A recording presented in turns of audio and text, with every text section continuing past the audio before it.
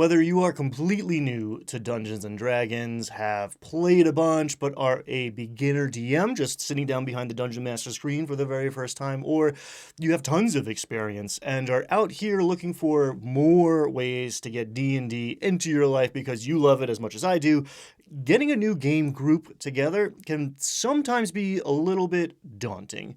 D&D can be complicated, Pathfinder even a little bit more so, though I am reveling in the crunchy complexity lately, but the trickiest part of game night for most groups is the social side of the equation, and I don't mean talking to NPCs.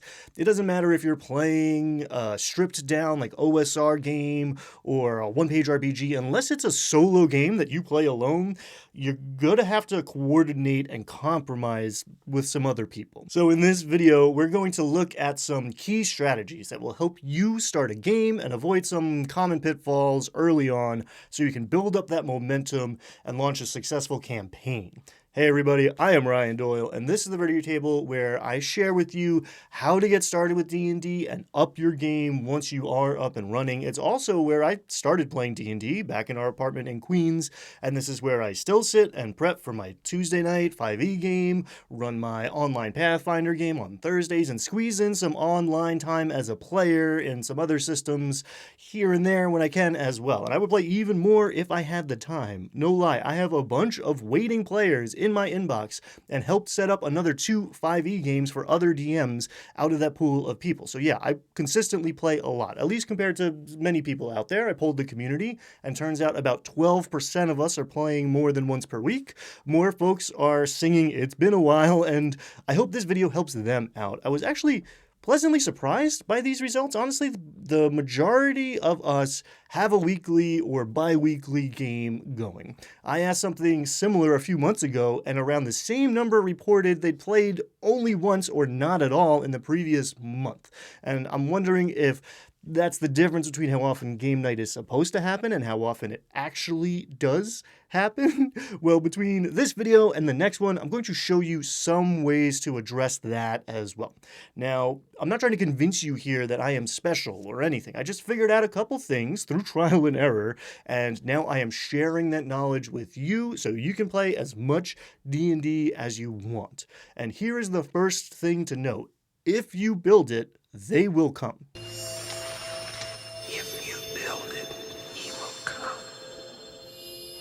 There are more people looking to play D&D than ever before, and the majority of them believe that they can't, or they simply just won't sit in the Dungeon Master's seat. DMs are in such high demand that people are out there paying them per game session. So if you're giving this stuff away for free because you know the real secret, being a DM is a lot of fun, you're going to find players, I promise. If you cast a wide net, you are going to have players lining up, more players than you're going to know what to do with. Now, the trick is finding players whose style and schedule and level of commitment mesh well with your own, which is why I think you should be casting a wide net.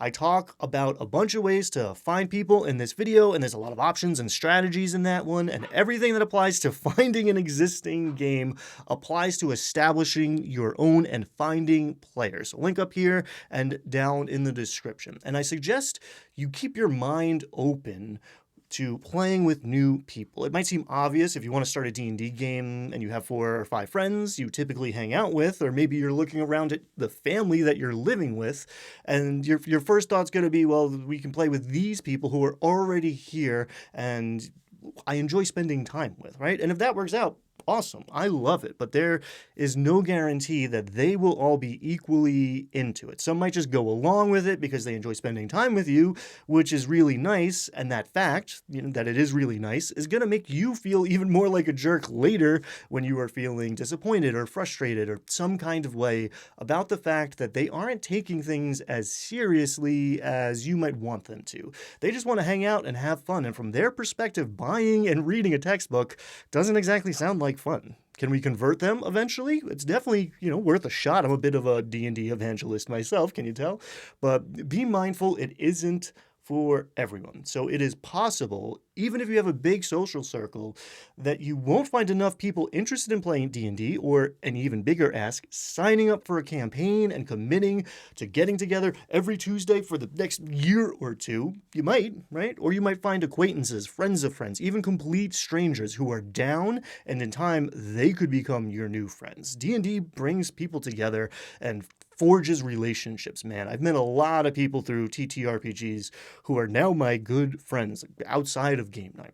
Whether you are trying to rope in your friends or meet new people, this next tip here is going to be the key, and it's often overlooked. If you want to create a long-running campaign, start with a one-shot.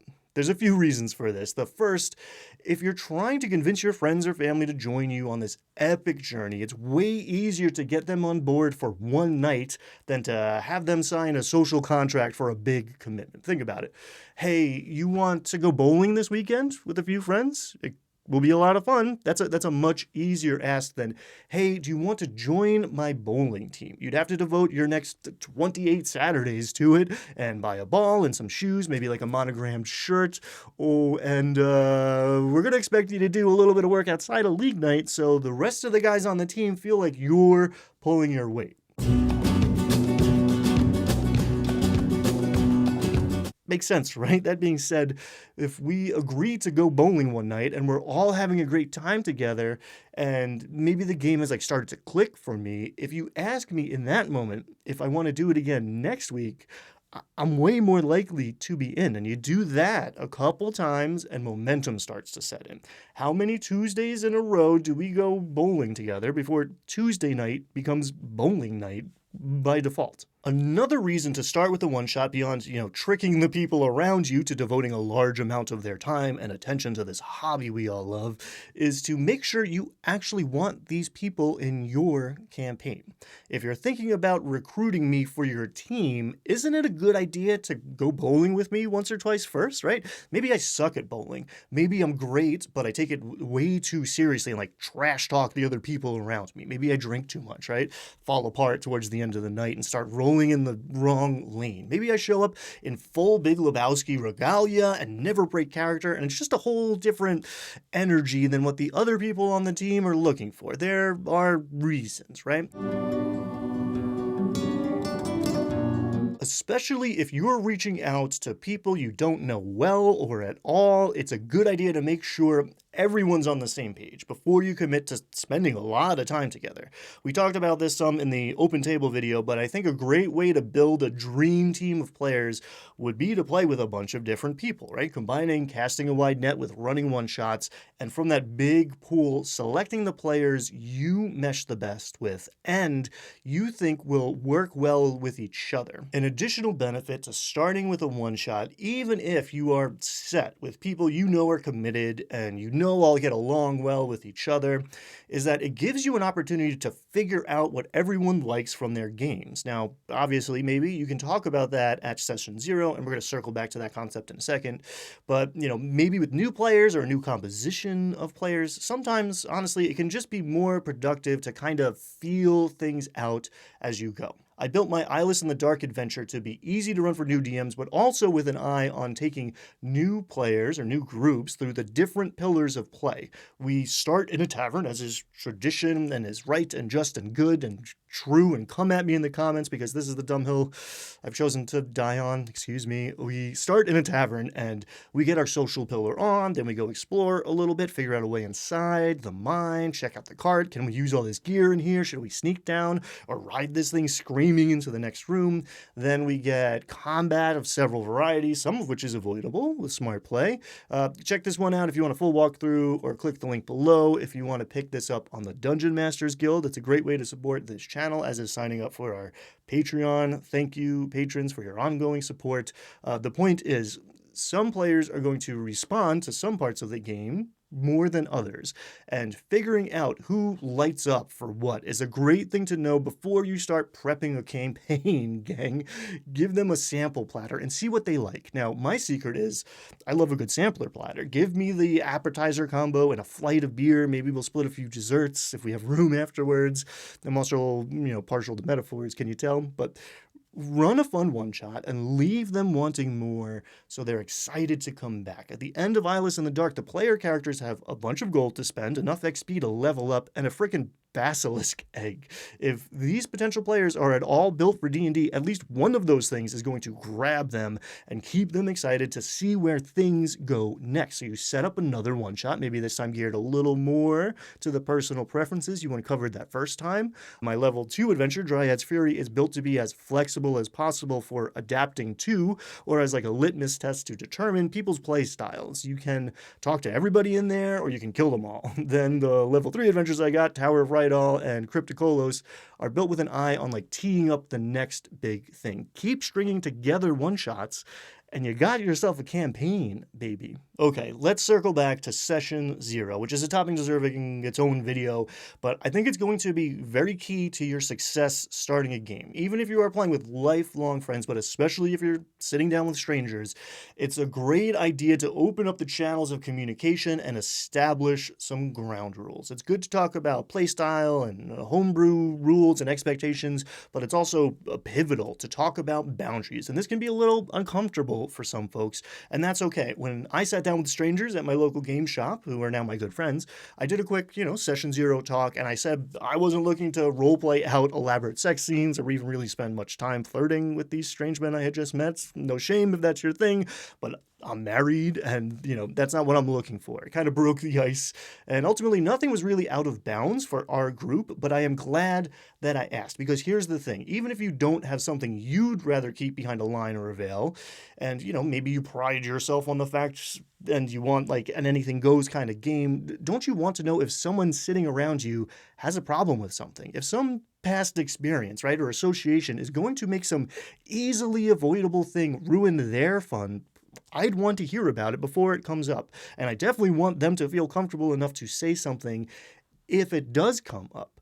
I also like Session 0 because if someone has a strong negative reaction to the idea of being considerate to their fellow human beings sitting around the table with them, I know I don't want them at my table. It doesn't have to take up a whole session. Honestly, if you're not doing character creation together, it doesn't have to take up like 5-10 minutes maybe, but that little bit of time and effort can really set the tone and make sure that everybody's on the same page. So that is simple, actionable advice and some resources to get you started. Can you ignore all of it and just grab your friends and start running a campaign like Lost Mine of Phandelver? Sure, absolutely. And with a little bit of luck, I bet you have a great time like I did the first time I got started with D&D. I made a whole playlist to help you do just that. But today, with years of experience under my belt, I would cast a wide net and start with one-shots.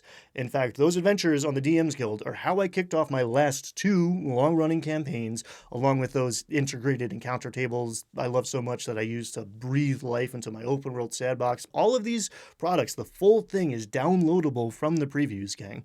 There's a link below in the description to that, plus my Patreon, which has more tables and adventures, and is the best way to support this channel if you're enjoying this content. Make sure you are opening all of that stuff in a new tab, though, because you're going to want to check out this next video where I reveal what I have come to think of as my Dungeon Master superpower. Now, I know I said I don't want you to think I'm anything special earlier, but this is one thing I've gotten good at, and I think it can be the key to building a resilient game night and keeping the momentum going strong once you've got things started. I hope to see you there. Until then, be kind, have fun, and thanks so much for watching.